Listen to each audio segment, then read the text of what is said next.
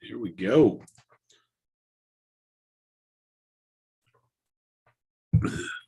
All right. We're going to get a little bit fancier as we go here. Welcome, everybody. Welcome, welcome.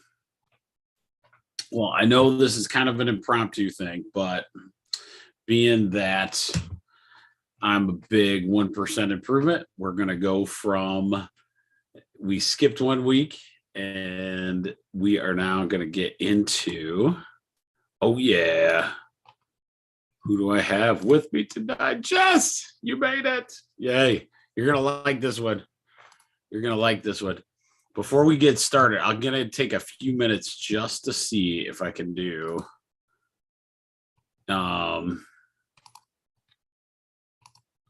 get the chat going. So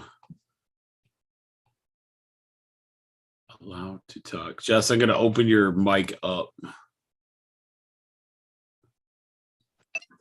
Just to bring, yay. Okay, cool. I just wanted to see if I could do it or not. Oh, you have to unmute yourself. But I did get it. Okay. And I just put it on mute. Sweet. Okay. Yeah. So since Jess is a little more experienced at these, being a teacher, they had almost a year and a half of learning Zoom. I am sure you guys are like masters at it. But tonight I wanted to talk about, and I'm really excited to do this one because I have to do a lot of studying and understanding of what tonight will be all about. So we're going to start with some basics of this. We're going to hit this in detail as we go, and then hopefully Jess has some questions as we go as well. But what we're going to talk about tonight is, when I say lung, that means a lot of times the respiratory system. The respiratory system, in my experience with herbal remedies in the last 2 to 3 years, has really enlightened me in what it can do. And in all honesty, there is more in the herbal area. There's so many more options in the herbal area than there are in Western medicine. And that's just the way it is. And it's absolutely remarkable once you see it. So I want to go through that tonight, and then we'll go through a few of these. It's a little complex in what we talk about tonight in different categories of, we're going to try to keep it simple so we have some takeaways tonight, but there are so many different, what you have to think of in terms of herbal anything. And herbal means plant, right? So don't think we're going down this giant herbal thing where you have to have all these different concoctions. We're talking about different plants that you can actually use. And we'll talk about like spices and everything else that are that easy to use in your day-to-day lives. And so each one of these has a benefit to the human body. And that's what we're going to talk about a little bit tonight. So I'm going to get to the screen share portion. I'm going to do that, and then we're going to go into it. Okay, let's start this slideshow bad boy from the beginning. Like always, in our 1% tribe, it is always going to be about nature needing no help, just no interference. And so once we start understanding that, we can go on. And this is a way, and once you hear some of the different things we can do for our own respiratory system, I think you're going to find it pretty interesting as we go. All right. So what we're going to talk about, herbal health for you, what lung herbs, respiratory herbs, which ones are good, why do they work, and how do we implement? So that's what we're going over today. Okay, so when we look at the respiratory system, you got to think of everything essentially breathing, right? So in so many different places in the herbal realm, Chinese medicine, one called Ayurvedic. Ayurvedic's another process. There's several like different systems out there. There in when you're talking herbal remedies, the two major that you see a lot are Chinese and Ayurvedic. And so those are two different kind of health philosophies, kind of like our chiropractic philosophy, where we believe that nature needs no help, no interference, and we build off of that. Ayurvedic medicine, as well as Chinese medicine, have their philosophies a little more in the depths of spirituality, the chi and the yin and the yang, and a lot of these different things. And so they have some really good insight when you're looking at these different things.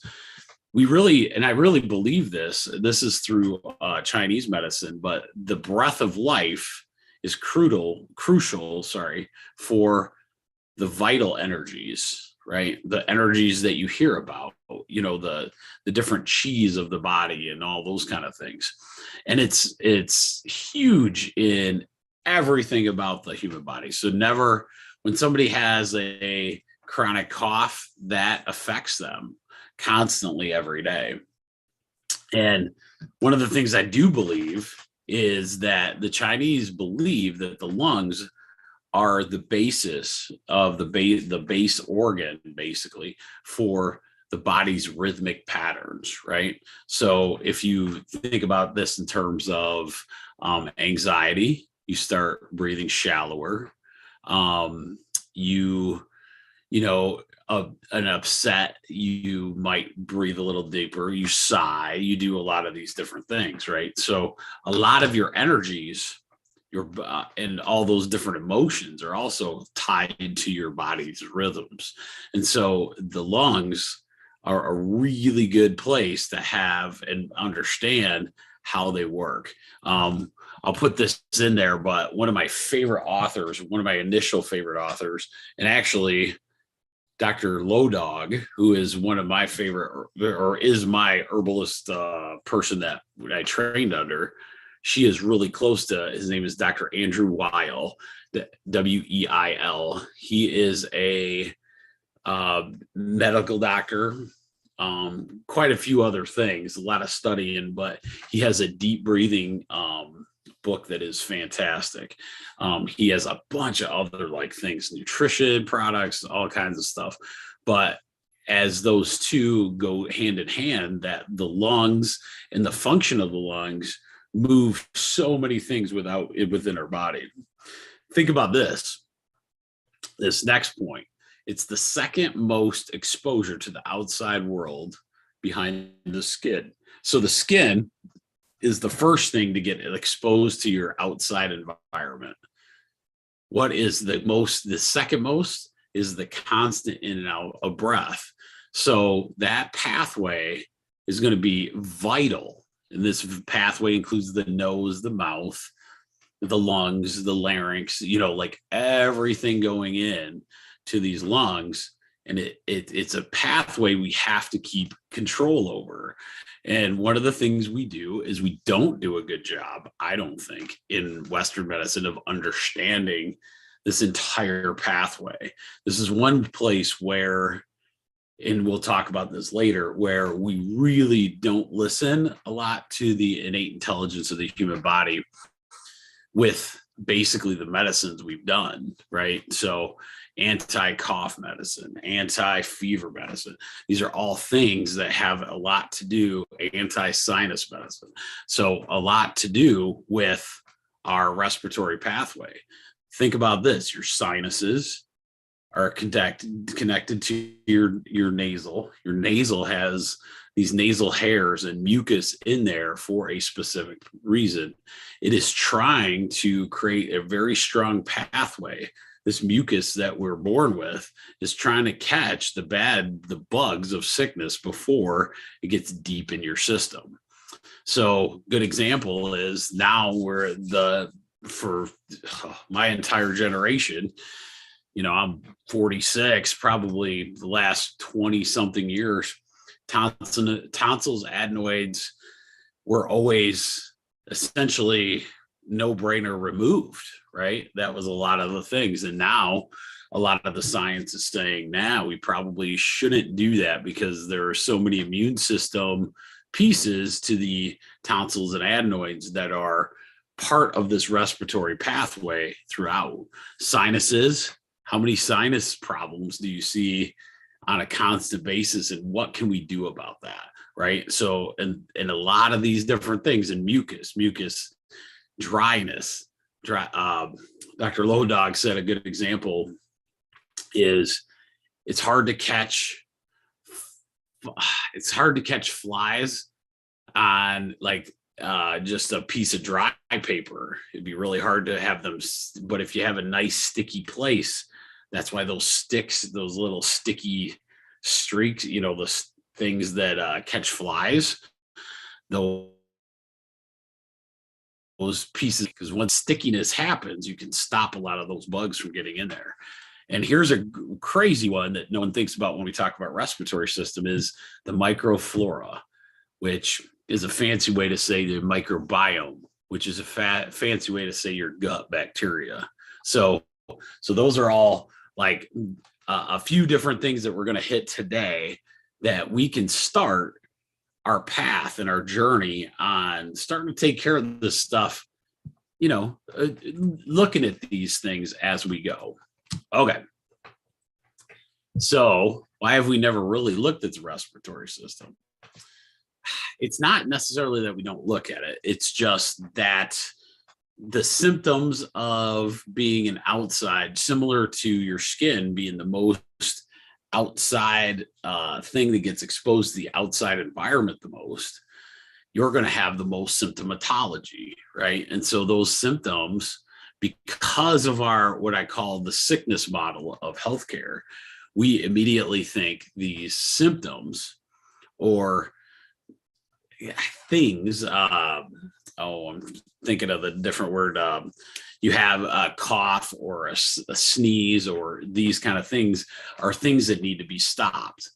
And we need to understand that a lot better before we start getting rid of these different things. There's a reason you're coughing. There's a reason you build up the mucus. Those are all good things. And as we go, how can we help our body get through those quicker, where we understand once those systems or those start to, let's say the bug, you're starting to get over the bug. Well, we want those symptoms to go away. And those are where a lot of this natural stuff could come into. So we're going to start with the microflora. Okay. So what the microflora or the good gut bacteria, we always think of the gut as the main place, but I can tell you this by making sure that this is a part of my life now. When you have good gut bacteria, a lot of times so many other things start to change, where your body tissues in this entire respiratory system, from your nose to your mouth, because your mouth is kind of a combination. It's part of respiratory, right? But it's also a big thing for your digestion. And so if all the gut bacteria is good all the way up to your mouth, then you're going to have the connection, and you can see how those two are pretty aligned up. If we're good with that, then a lot of times these things, these outside bugs that would come in, have a harder time because the pathogen, the system's ready for them, right? So that's really what I like to think of the respiratory system as the little, I would say, antibodies that are located in your mouth and your nose. Think of those as like the security guards, right? The security guards to your new really rich neighborhood. Okay. You have still a level of bigger security if you need to. You have the police of that town, but you still have these little security section prior to us having to call call the real, or the, I'm sorry, I didn't mean to say real police. We call the larger scale police with more oomph later. But the idea is you start with the security guards, similar to Osmosis Jones. If you ever watch it, if you ever want to sit down and watch a movie that is hilarious and kind of spot on, Osmosis Jones, way back. Chris Rock was in it. It's a cartoon / Bill Murray's in it too. It's very good. Getting old now, but it's very good. But we have to understand this microflora from the gut, because if we don't, we have to start there. We have to start with good gut bacteria first, and then that will allow our microflora to flourish throughout our whole body, and not just, in the gut. We were talking like the entire system all the way up to your mouth. And so that's one of the things that happens with chronic use of antibiotics. So you have chronic antibiotic use in our day-to-day life now. Not that you want to try to get a lot of these respiratory things gone prior to us having to use antibiotics. Our biggest problem right now is not antibiotics. It's the overuse of antibiotics, right? So those are that's a big major piece. If we could, and that's what we're going to go through tonight. What can we do together, like at your home prior to us going to get the antibiotics? And can we not have those in the mix if we can help it, right? So that another one is like what we said, dryness is another one. Why so much sickness in the winter? There's a few things. One is, we've talked about it before, sugar, our vitamin D level, which we'll talk about as well. But one of the other things is that the humidity kind of goes away. In Battle Creek, I'm not sure. Depends if it stays at a certain temperature. If it stays cold, we can actually have some dryness, and that would lead you to more respiratory illnesses. But because of the way it's been, I don't know if some of you listening are from in Battle Creek right now. I think humidity is actually in the air because of the 40-degree January start that we've had. So one of the things that is really nice is vaporizers or humidifiers for a house, especially in those climates that would need that. A lot of different things you could do, and we can talk about that. Look, with essential oils and all those things are really, really good. But those are really cool basic steps we can take early to kind of stop and make sure our respiratory system stays good in our environment we currently are. So our first basic steps is no sugar, good sleep, great gut microbiome, which we've gone over before. Gut bacteria is so critical. Oh, well, next week, now that we're on this path, I have made a video for my sauerkraut. I got to learn how to put it together and do like a speed one so you don't have to watch the whole thing. But I think I figured that out. So my people that were wanting that recipe, it will be done. I made a couple jars of it this weekend. Started something else too. We'll have to look at that, but it's a relish. It's a fermented relish. I'm super interested in finding out if this is going to be really good or not. We'll see. It's Jeremy cooking, or else not really cooking, but sometimes it's good, sometimes not. Poor Rachel's had to deal with a lot of those. All right. So let's go to the upper respiratory or the upper lungs. So you're talking the top part. All of us have had the upper respiratory stuff. It doesn't last very long, just super annoying, maybe a dry cough, super irritating because you're just trying to expectorate it. Good news is usually an upper respiratory thing doesn't necessarily, unless we're kind of have some health issues, could drop to the lower respiratory stuff, right? So a lot of times we're going to go back to my old thing about flus and everything else, but biggest one is vitamin D, C, zinc, right? Vitamin D, C, and zinc throughout the wintertime, throughout any type of time where those respiratory viruses and bugs can get you, making sure that those are up to level. And that's where you talk to your doctor, herbal guy, chiropractor, whatever, and we start to process that. So you understand like what's your best preparation for that season. Echinacea is an interesting one because it gets some bad raps from some places. Echinacea for years has been used for a lot of these different like upper respiratory type of things. Some people say it doesn't work as good as elderberry possibly, but it has those nice effects where it's not this massive one. So echinacea, if you have a small upper respiratory thing, that's probably where to go. Elderberry, always good. I really like the idea of the teas. Elderberry has such a bigger role than what we've done. And it's really neat because of how it's kind of came into the society as like a go-to for these type of situations, especially with kids, because of the flavor and the taste and all those kind of things. Elderberry can be a really, really good one. Okay. Ginseng is another one. Ginseng is, so we're going to talk about 1% improvements, right? And what I want to make sure we're up, if we have people, and this is one thing that Amy and I talk about, and what our coaching kind of aspects all about. One of the things that this 1% tribe will always do is try to figure out what's best for you in the long run.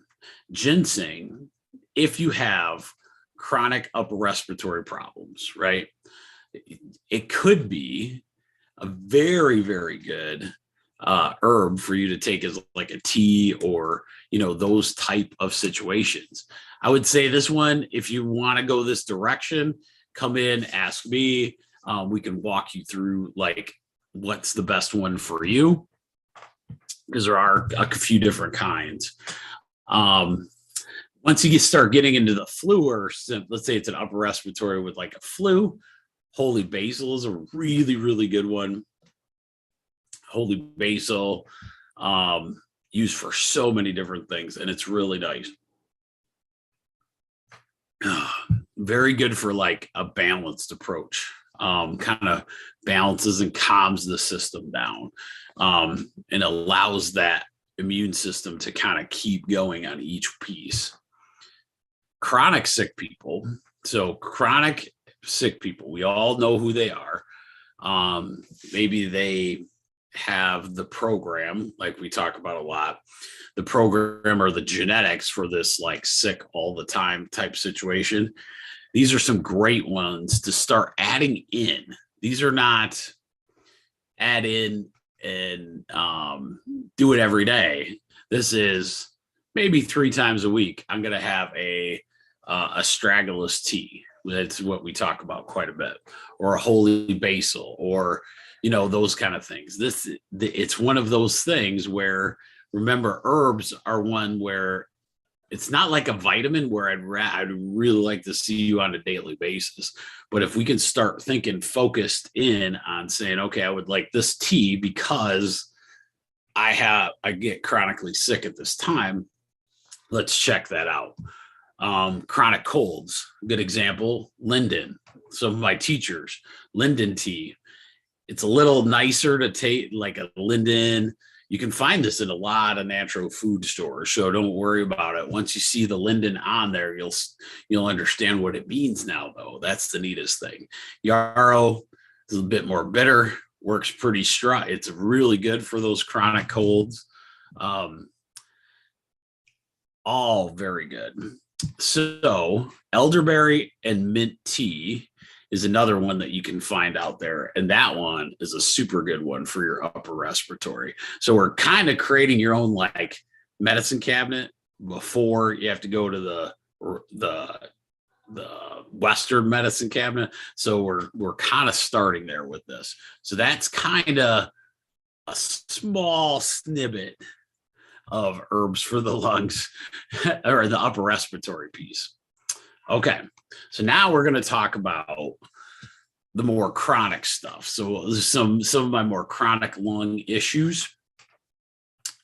I really like a couple of these. So let's say you have a family history of chronic lung issues. Um, Maybe you didn't have a smoker, but you still have COPD. Maybe you have asthma. You have these type of things. These are some different ones. Panax ginseng, really good. Andrographis, really good. Both are really nice plants as teas and all those kind of things. There's two others that have a lot of lung function, according to Chinese medicine as well. A lot of new studies are coming out on these, maitake and shiitake mushrooms. Those are fantastic. Astragalus is my go-to. That and this one called ashwagandha, because it hits like every body system known to man. So those are all really good, like teas, tinctures, like for those people that have chronic lungs issues. And I apologize if you hear screaming. My daughter is having a sleepover and these people are nuts. It'll be fun. So they're fine though. But so when I say the program, understand in our 1% improvement, what that means is we have, maybe we have a family history, or we're running the program. We're running the asthma program currently. How do we get out of that? Well, there's steps to that. It's not just a mental thing, right? We have to start eating and putting things in our diet.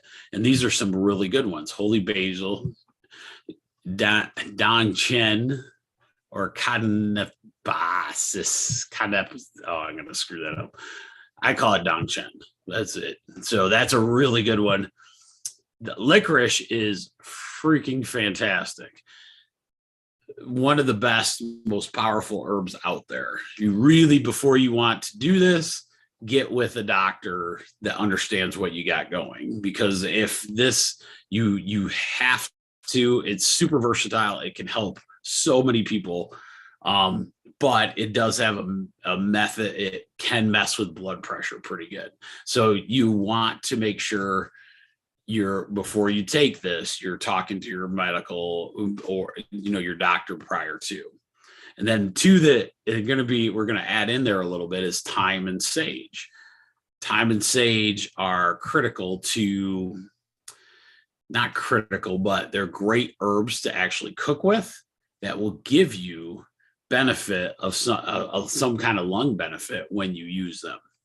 COPD, which is chronic obstructive pulmonary disease. Bloodroot is a very good tea tincture supplement that you can use on that as well. COPD is a pretty chronic problem. A lot of people, when we age, we have this.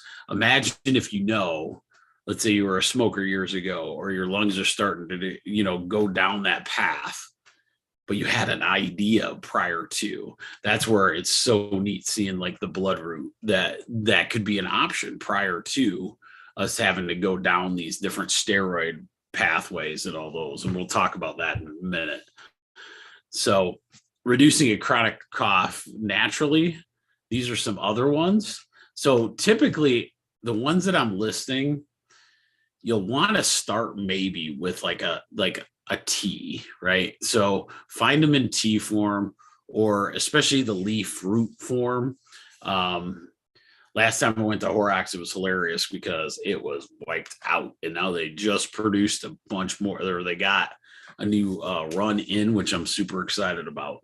Sometimes you can find a lot of these in there, right? And so some of these you won't hear about, but if you're going to use it, study it, right? I don't want you to come in here and just get a bunch of stuff and then, have this and not understand, because the mind-body connection is a big, big deal. Okay. That's what we're trying to prove with this 1%. If I tell you, I say, just take pleurisy root, and then you get to forget about it the rest of the time, but you don't know what pleurisy root's for, like what is the point of you taking it, right? And that's why a lot of people think it doesn't work that well, but people don't understand the mind-body connection. It's kind of hard for that to happen. So reducing chronic coughs, pleurisy root, mullein, Golden Seal and Grandelia. Actually, for this talk, my mom, Peggy won't mind. She doesn't care. So my mom has an interesting scenario. She's controlled it very, very well over the bunch of years that we've done it. She actually got hit between the eyes with a golf ball and shattered her nose years ago. From there, it took a lot. There was quite a bit of treatment that she had to go through throughout that. One of the strangest things that not a lot of doctors could figure out is if she transitioned between like, going outside into an air conditioner or, different environments like that, she would have a coughing spell. And those coughing spells would be pretty severe, actually. And because one of the reasons I'm doing this 1% is, of course, for myself, because I go, oh my goodness, she's been dealing with that for so many years. I didn't even think about I'm going to have her try some of these different teas, see how it goes. Teas, tinctures, those kind of things. Sometimes if you find that the tea starts working, that's when you start talking to your doc about going to maybe trying a tincture in that realm and how much and, those kind of things. Okay. All right. So this part is dealing with lower oxygen intake from asthma, COPD, and other chronic lung problems.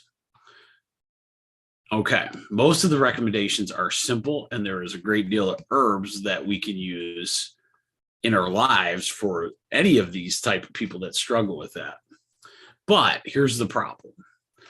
By the time I get a hold of you or an herbalist or we understand it, many of these people, and these are your inhalers, so understand what I'm talking about. So many have been on steroids for many, many years.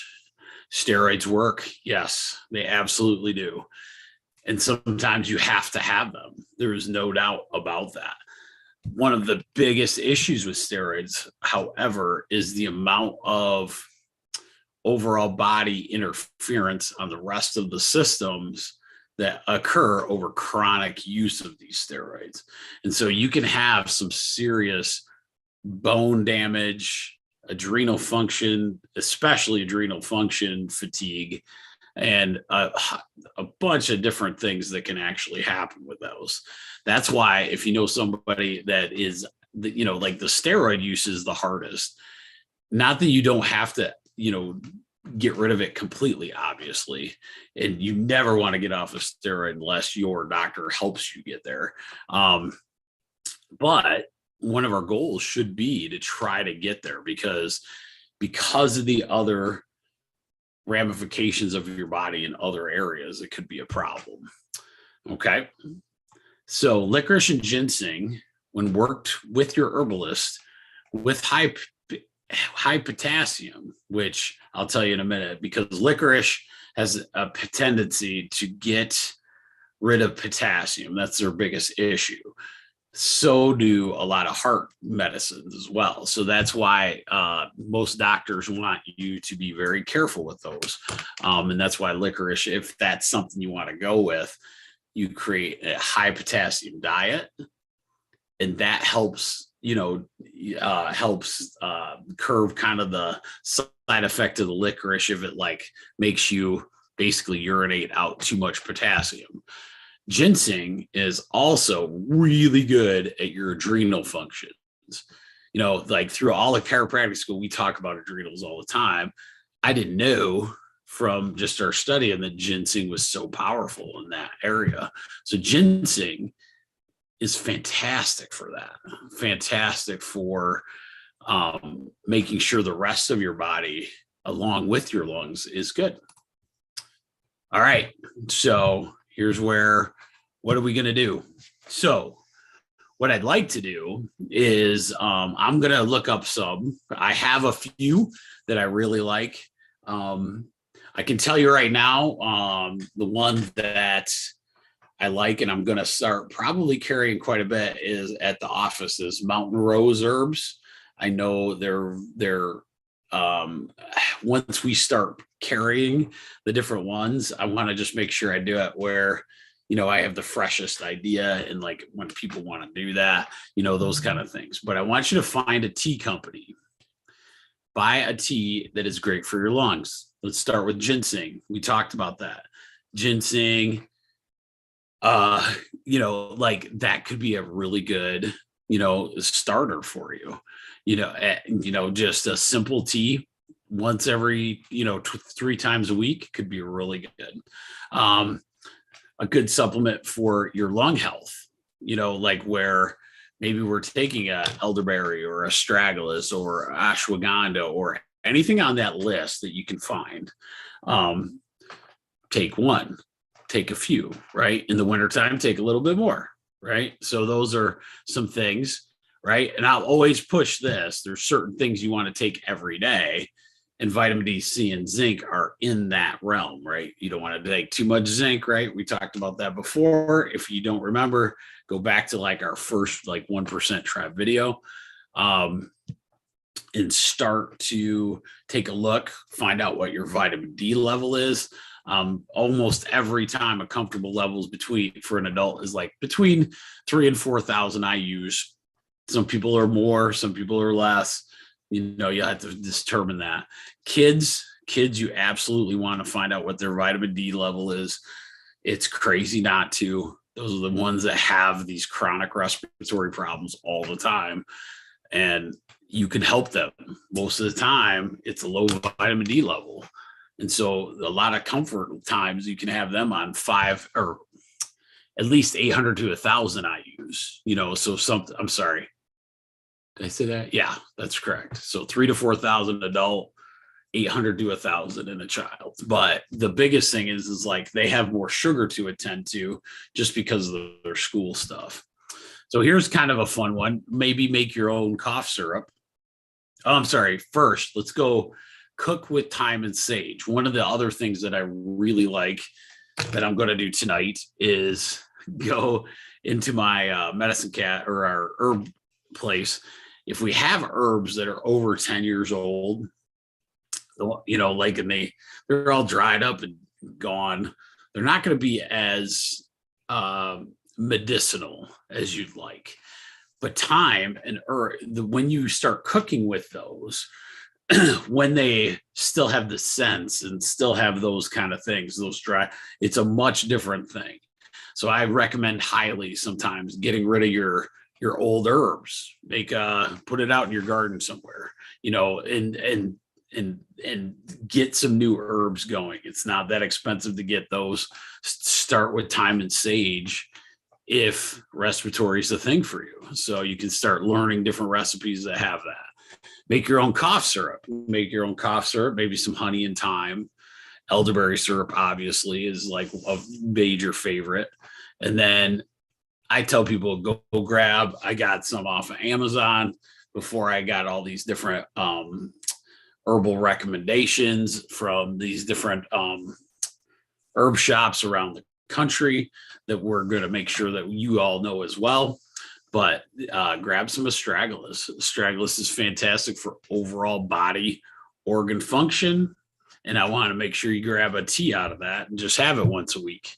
So any of those things, if you're not doing them currently, we'll have a really good amount of things to do for our 1% improvement. All right. So make sure if you liked this, we have this thing called, if you put in tribe1 at substack.com, I'm going to put all the Zooms and the recordings on there. Right now, I have some of my old podcasts on there, and I'm starting to write some articles. So I got like 2 articles, almost done with my third. Hopefully by the end of this week, we'll have a third in there.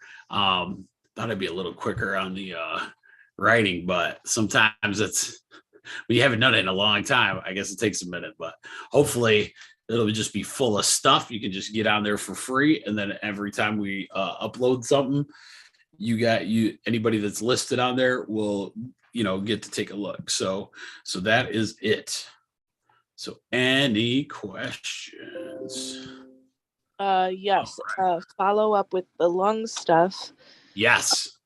One of my sources, if you will, said red clover is something good. Do you know much about that one? Red, I'd have to know more on what the name Or, of it would oh, be. not red clover. I'm sorry, crimson. I I I keep honestly, I'm not even fully sure, but I know there's a white clover, and then there's one that looks purple that they call red clover, and then there's like a deep red clover. I think that might be called crimson, but it's the deepest red one that actually looks red, but I don't think it's called red clover. Um, Let's see what it is. we have some on Sometimes, our property, so I was trying to harvest it, but it's like you have to harvest it early in the morning. oh yeah, yeah. Let me see.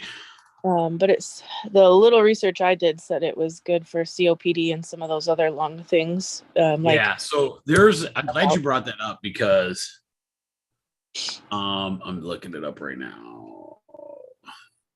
There are so many. One of the things that I know for sure, and we talk about this, if you want to do anything in herbal, respiratory might be your place, might be your jam, because there's so much. Like Michigan by itself, and a lot of the different herbs like that, I would try it. I'd absolutely try it, see how you feel, right? And yeah. especially if there's some beneficial to it. One that Gina and I talk about all the time because it was getting into the depths of the lungs, and a lot of medical doctors were talking about it, but there are a lot that may have been suspended or not. But the white pine needle tea was another huge one for improvement on lung function in through the different viruses that we've had in the last few years. So that one fascinated me because of the amount of stuff we have around us in the how ridiculous, like how much just Michigan native things are just, it's so basic. And that's the neatest thing. So anything that you can probably grow, like that's why I'm so excited. We only got a couple months left till March. I'm building a pretty epic herb garden. I'm hoping, and we'll see how my my gardening hand goes, but we're going to do this part where we're going to have quite a few different ones, and I'm hoping we get it down to where we can really actually go after a lot of these type of things. So I would say I don't know that one per se right off the bat. Okay. And then my other I'm sure it is. Oh, go ahead. Was vitamin D. So I've heard a few times, and I can't remember the information, that it doesn't easily absorb into your body without something else to help break it down. But I don't know what that something else is. Yeah, it's usually K2, vitamin K2. So yeah. vitamin D and K2 are pretty critical to go together typically. Some people have, so that one's a tough one because it's not everybody, but like some people have the hard time absorbing K2 or vitamin D. Some people do not. So there's K2, and I want to tell something else. Oh, that's but you want to like have kind of a plan, like what we're talking about, like research what, I always say, like, first find out what your level is. Yeah. And whatever that level is, if it says normal, look at the number, because like Dr. Matt and I say all the time, our normal level is probably not correct. That one needs to be higher. Okay. Like, in all honesty, because we, like a few hundred up from where, medical would say. I mean, when you're low on the blood work one, you're low. And you can physically see that in a person. I'll have a patient that's low and it's so obvious. I mean, they're sick all the time, constantly, having issues, with respiratory illnesses and those kind of things. And it's and some people, they could work outside all the time, but they might have an absorption problem, like you're saying, though. So that is definitely one to kind of play with as you go, but it's definitely something to make sure you got it. That's why I always recommend liquid everything. You know what I mean? So liquid kind of absorbs better regardless of the gut bacteria. Like let's say you had a bad weekend and their gut bacteria is messed up. Any type of liquid has an easier time getting what your body wants out of that versus breaking down the outside. But that's just a preference of mine, pretty much. So yeah. Do you got any other questions? There's quite a few of there on there that were a little out of the norm. But, well, yeah, there's a whole bunch of herbs that I don't know, but I'll look them up. And I'm just looking back at my notes. Yeah, it was vitamin K.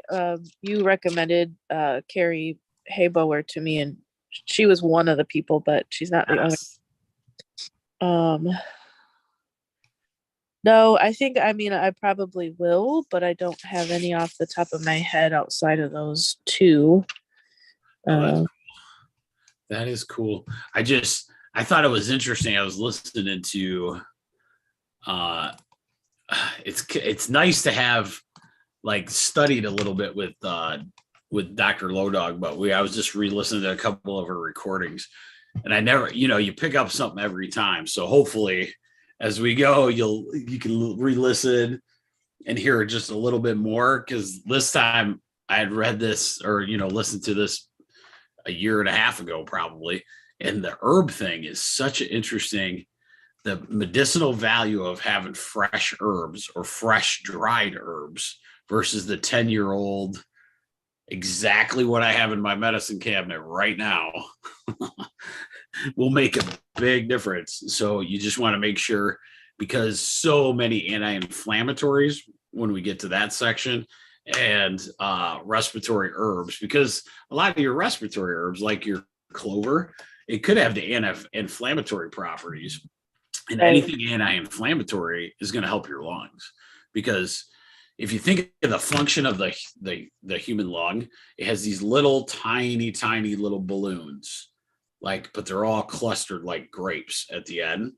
When those things are inflamed, it's like the balloon is like half already open. Does that make sense? So it doesn't have that, it has inflammation all through your lungs, and that's why it feels so weird when you're, when somebody's sick, it's not, they might be, it's both exhalation and inhalation, right? So you have trouble breathing in both realms, and that's because it's the swelling around that little grape is now like the balloon's filled, sort of, right? It's not a brand new balloon where it blows up and then it comes back down, right? The inflammation kind of keeps it like half, and so now it only has this much to go, and then it comes back to the half. And so that's why, a true asthma attack, which many might, I love all my athletes, so I'm going to say this kindly, but when I was a 9th grade football coach, most of my kids didn't have asthma. I had maybe 2 kids in my 7 years that might have had true asthma. Most of them were just out of shape with their lung capacity, right? The couple that I've had that had true asthma, one was he ended up being an all-state sprinter, but that boy, you can't get rid of he couldn't exhale, right? Inhaling was no problem. He could not exhale, and that was the problem. The balloons were inflaming on him, and then they couldn't get it down. And that one, you want to talk about a panic moment. that was when being a doctor coach was kind of more of a thing. Usually it's like, no big deal, we can get that, but when no one, because you don't see that very often, where a true asthma attack, man, it was panicky. I was like, this boy needs some help now. So But the neat thing about what we're doing with the 1% that I love is now, let's say we have some kids with asthma type symptoms, right? Now we can start them with ginseng or, elderberry, or even elderberry, like a good example. That's a really good one, just to have an elderberry tea for your, let's say for you, your cheerleading kid that, has a hard time breathing, right? They bring the inhaler and all those kind of things. Well, say, hey, start before practice or this morning, get some elderberry tea in you, right? See if you can help them get off of those inhalers, because a lot of times those inhalers lead to so much other stuff later that we just would love to get them off of there. You know what I mean? So. Yeah. And I had a random thought, like for the listeners that aren't on right now, maybe they don't know that echinacea is like the more scientific word for the purple cone flower. So they might already even have, and they can look up how to. Oh man, and you can grow so much of that. Oh yeah, when I realized that's what it was, I'm like, oh, I already have that in my garden, and it's really easy to, like, you gotta look it up or whatever, but it's really easy to use it and make your own tea, and obviously grows well in this area. So, and it tastes nice. I mean, it's really nice. And what's crazy is, like, once that season starts, like Rachel, she did a bunch of echinacea this last year, and just the difference in the tea that you can make when you grow it yourself is like mind blowing. And that's what I hope. I want people's houses, forget all the flowers and all that stuff. I want to go to your house and see where your medicine cabinet is. Like, where's your lung flowers, right? Where's your antibacterial? Where's your white willow bark for aspirin in the backyard, right? That's what I want us to start getting in our brain. What can we grow in Michigan that would help us? Like where, I want to start living like that. And I'm going to try to be that example. That's one reason the Zoom is on. So I'm going to be like a master gardener coming up here. So don't come in the next couple of years, because I don't know if they'll all be dead or if they'll be.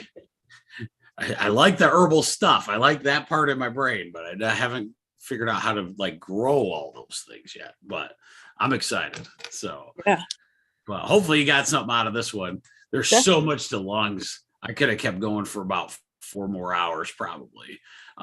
There's that many herbs out there.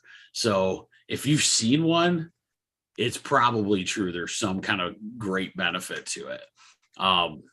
But this is a good starting point, I think, for sure, especially your ginsengs and your echinaceas, your thyme and sage, elderberry, you'll be sitting really good. So I like it. All right, kid. You got any more questions, or are you good? Oh, that's all. Thanks. Awesome. Well, everybody tonight, thank you so much. And see us next week. Not sure what we're going to talk about. Something probably with chiropractic and movement. Stick to us. We'll get it going. Have a nice night.